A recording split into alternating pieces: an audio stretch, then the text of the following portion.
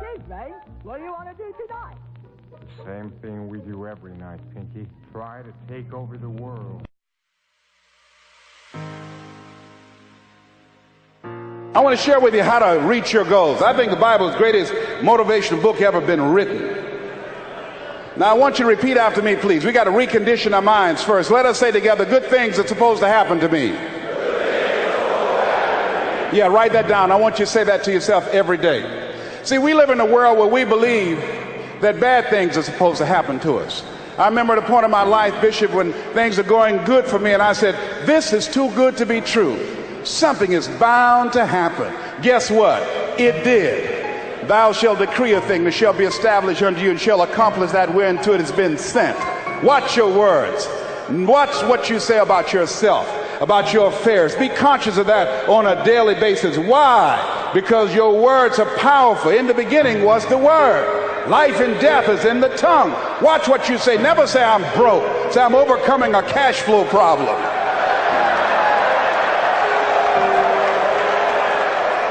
Claim what you want, not what you don't want.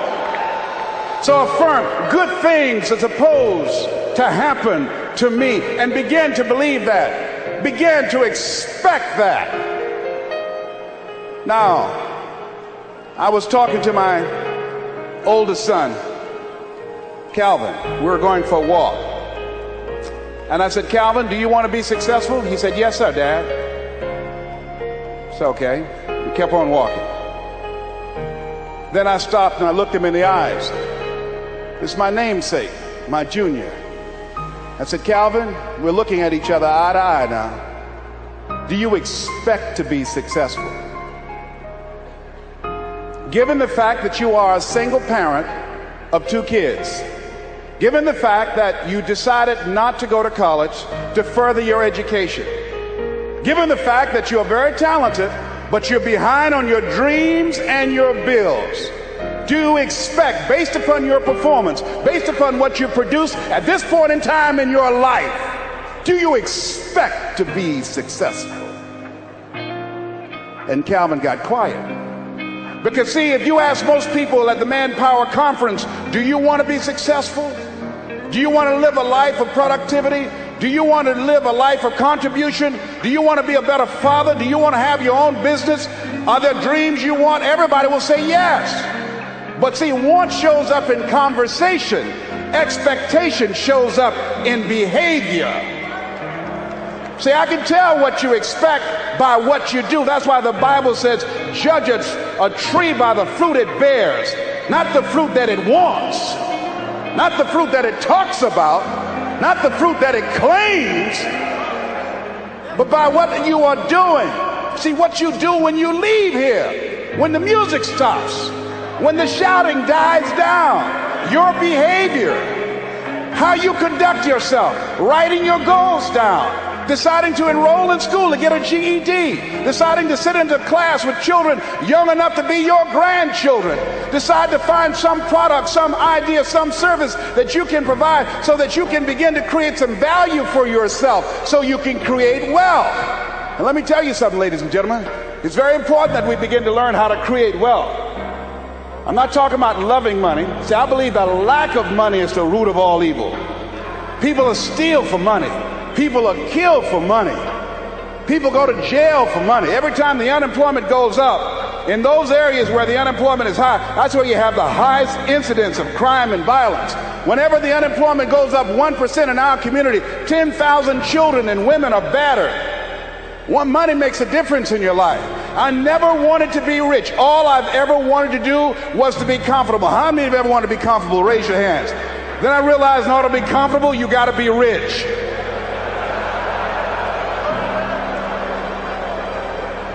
An old friend of mine, Zig Ziglar, said, people say money won't make you happy, but everybody want to find out for themselves. Rita Davenport said money ain't important, but it's right up there with oxygen. And let me tell you something, fellas, even if you're as homeless as I am, if you got some money, women will find something cute on you.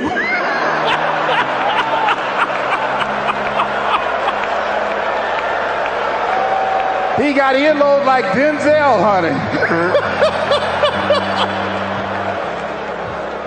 Money makes a difference.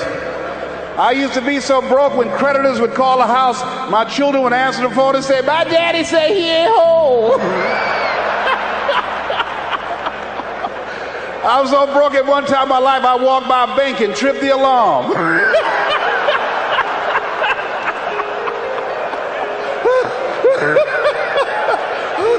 I tell you, poverty sucks. You hear me?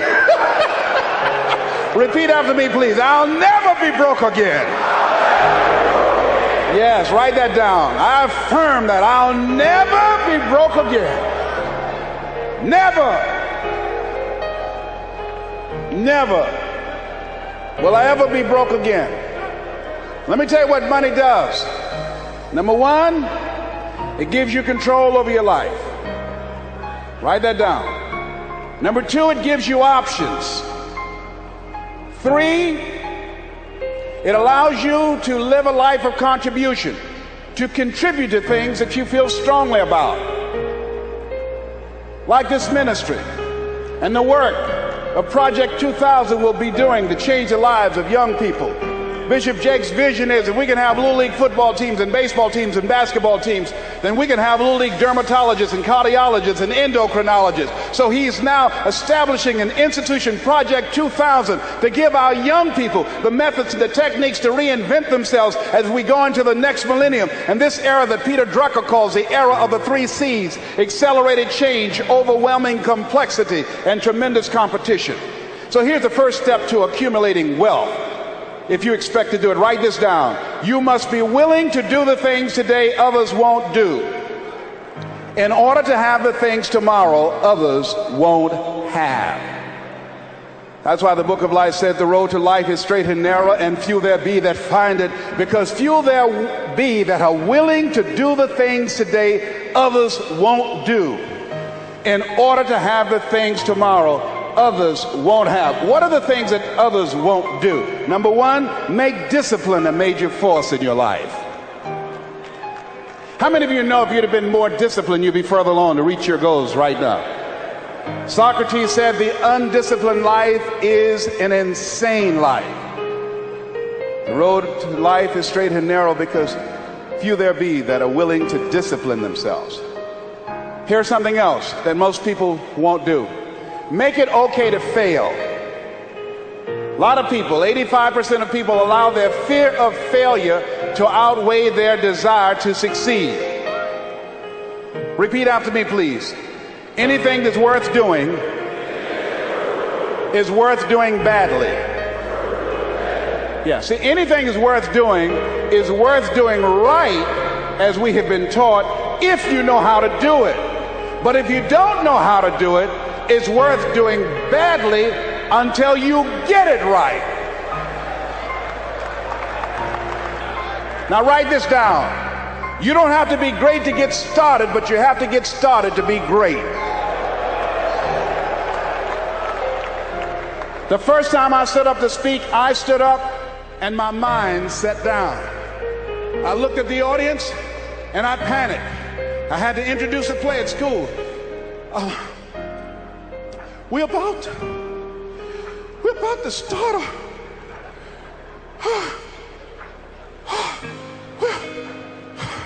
ran off, Mr. Washington. Mr. Brown, where are you going?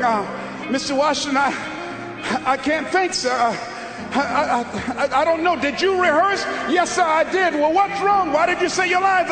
I don't know, sir. I got up there and I looked at him and everything left me. Let me do it another day, please, sir. No, go back out there, Mr. Brown. Mr. Washington, I'll mess up, please, sir. Don't send me out there now. I'll mess up. Mr. Brown, if you run now, you will always be running. Anything that's worth doing is worth doing badly until you get it right. Why are you moving like that? I got to go to the bathroom, sir. Mr. Brown, go back out there. Yes, sir.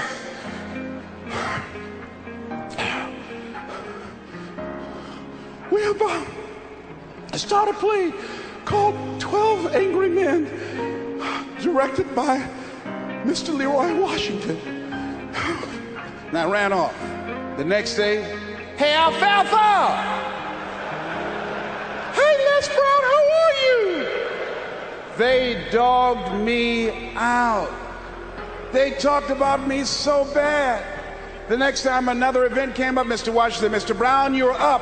I said, no, Mr. Washington. Everybody says, no, not him. I said, they're right, Mr. Washington, not me. He said, Mr. Brown, you are up. Yes, sir.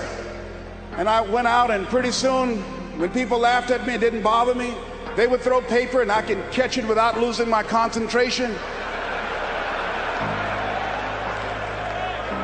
And then one day, I came out, and a hush went across the audience, because it must have been something about me that indicated that I had come to myself. And Mr. Washington had been practicing with me to give a presentation. And I looked at the audience and I said, I choose not to be a common man. It's my right to be uncommon if I can. I seek opportunity, not security. I do not wish to be a kept citizen, humbled and dull by having the state look after me. I want to take the calculated risk, to dream and to build, to fail and to succeed. I refuse to live from hand to mouth. I prefer the challenges of life to the guaranteed existence, the thrill of fulfillment to the stale calm of utopia. I will never cower before any master, nor bend to any threat. It's my heritage to stand erect, proud and unafraid, to face the world boldly and say, this I have done. Girl stood up and said, that's my boyfriend, honey. I like me some Les Brown, baby. But I didn't start off like that. You have something special. You have talents and abilities in you that you don't even know. So how do we begin to create wealth? Let me give you some ideas. Number one, write this down, knowledge. What knowledge that you have in this economy, part of what we need, that people are willing to pay you for that. Next is talent. What talent? Dion's talent's playing football. I didn't have that as a talent. My talent is talking. To me, my definition of success is doing what you love to do and find somebody to pay you to do it.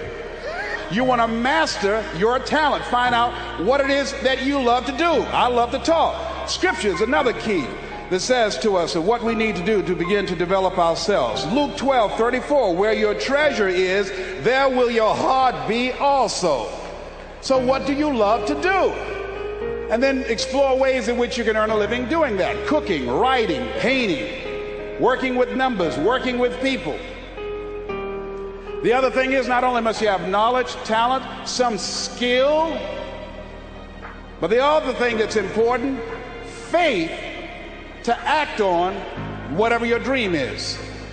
See, if you don't believe in yourself, how many people you know that have a lot of talent, a lot of abilities, but they don't believe in themselves? Raise your hands. See, that faith is very important. So the faith to act on those dreams, those desires. Here's scripture that I like very much. Proverbs 16th chapter, 3rd verse. Commit thy works unto the Lord, and thy thoughts shall be established. Commit means to carry into action deliberately. Commit means to make it happen no matter what. Commitment. There's a difference between next time you have bacon and eggs. The chicken was involved. The pig was committed. He had to give it all up. That's going to take a minute to sink in. No, all right? See, when you make a commitment, I'm going to become wealthy. When you make it important, when you decide I'm going to do it no matter what, life changes for you. See, most people don't keep their commitments to their commitments. That's why they lead lives of poverty, lives of misery, lives of unhappiness. Socrates said the uncommitted life isn't worth living. So part of what you must do, whatever commitment, whatever covenant you make with God while you're here, to go back to be a better father, to go back to make a difference in the community, to go back to change your life, to decide not to ever to use drugs or alcohol again, to decide that you're going to begin to recreate yourself, that you're going to be reborn to a new state of consciousness. Whatever commitment that you make, keep your commitment to your commitment. No matter what. If it's hard, then do it hard. But keep your commitment to your commitment.